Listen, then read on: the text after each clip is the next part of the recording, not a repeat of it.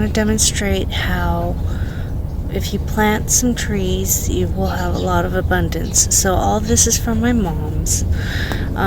She has a persimmon tree and several guava trees, and from the one persimmon tree she has all these fruits, and this is the second batch that she's given me, and she had so many she shared with her friends and other family members, and she ate some, and we've already had some. Now she's given me another box of fruit, and also she has these apples, and although these aren't from her house, these are from the relative's house that she shared fruits with, and they shared apples with. So that's another way, is when you have too much food of some variety, you can share, and in return you can swap. And in this case, the relatives had too many apples, and I'm not sure what variety these are. I'm not sure if they're like Anna apples or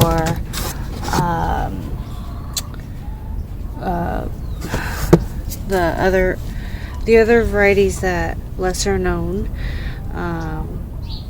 but they do taste good, and they like them, and so that's what they do. They just share their loot, and in turn you have a little bit of everything instead of just one of the same. So and they do that with friends as well, so they have no shortage of food.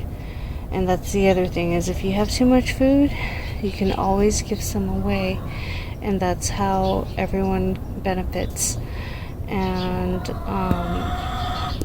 that's kind of what permaculture is about. People share, people care, so that is a very important aspect of permaculture. Here is the remnant of the what do you call that?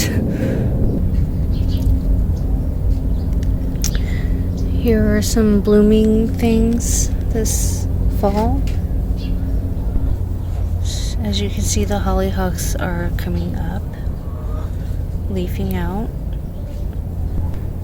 The canna are coming out.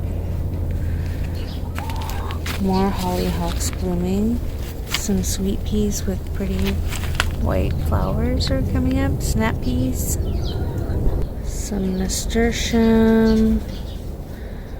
Some basil.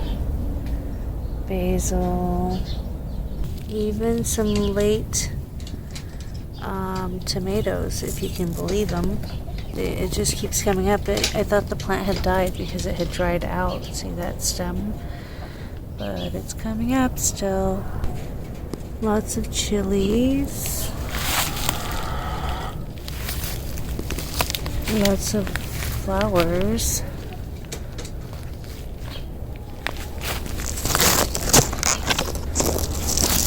More chilies. Some pretty Gerber daisies. I love how they pop with the pink center, the yellow center and the pink flowers. And here's another variety of chili. You gotta harvest that. Although it's small, it's producing because there's still sunlight. There are still some warm days. My bell peppers are starting to come up. Here's a big one. Oh my goodness. And there are more fruit. More bell peppers. So I guess it's a late season pepper, because now it started to come up when all summer it didn't.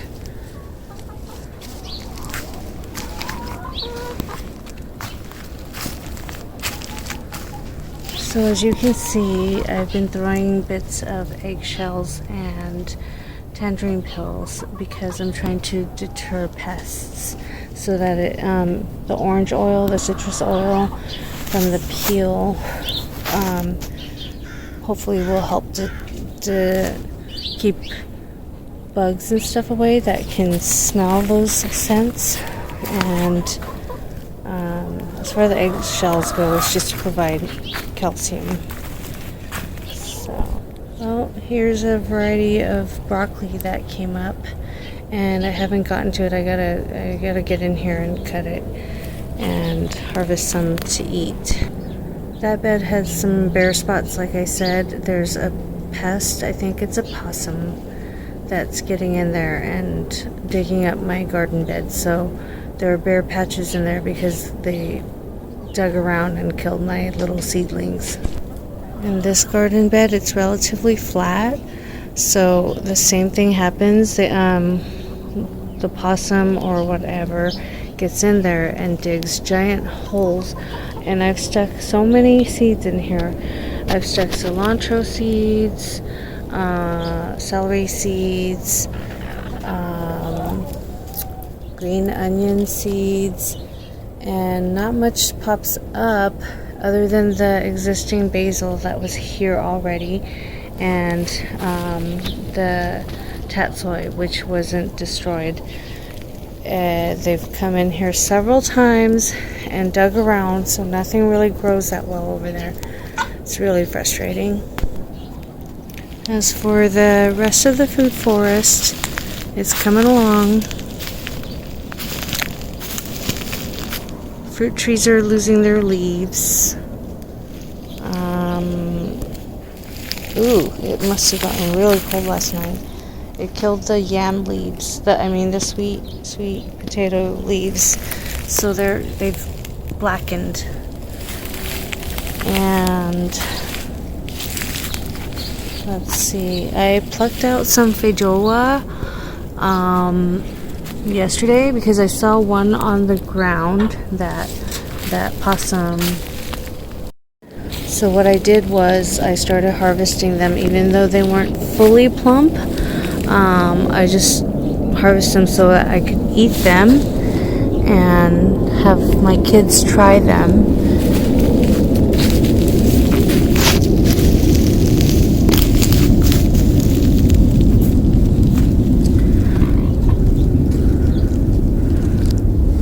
I do believe there are a couple that are not yet fully grown, such as this here. It's still a little too tiny. I'd like that to be double that size before I harvest it. There are a couple in here. In all, we've had probably 6 fruit, and I bet next year we'll have more fruit. And earlier in the spring, we tried the blossoms because the flowers are edible as well, and I just wanted to know what it tasted like, so I munched on a few of those rather than the fruit. I knew it was going to be sparse year for the fruit, but I'm sure next year will do much better because this tree is about 3 years old. So as I was looking for the fruit, which are kind of camouflaged by these silvery green gray leaves, the fruit almost looks like the same color, so it's really hard to find because the fruit are long. So look, now I've lost track of where the fruit is. So see how the fruit looks a lot like the shape of the leaves and the color, so they're hard to find, but that's a good thing. So as I was looking for the fruit, I found not just one but 2 praying mantis cocoons. So, and that's just on one tree. So I can't imagine the ones that I have not spotted, maybe on the same tree or on other trees. So I've just kind of gathered all my potted plants and kind of surrounded the plants that I've already established and put into the ground.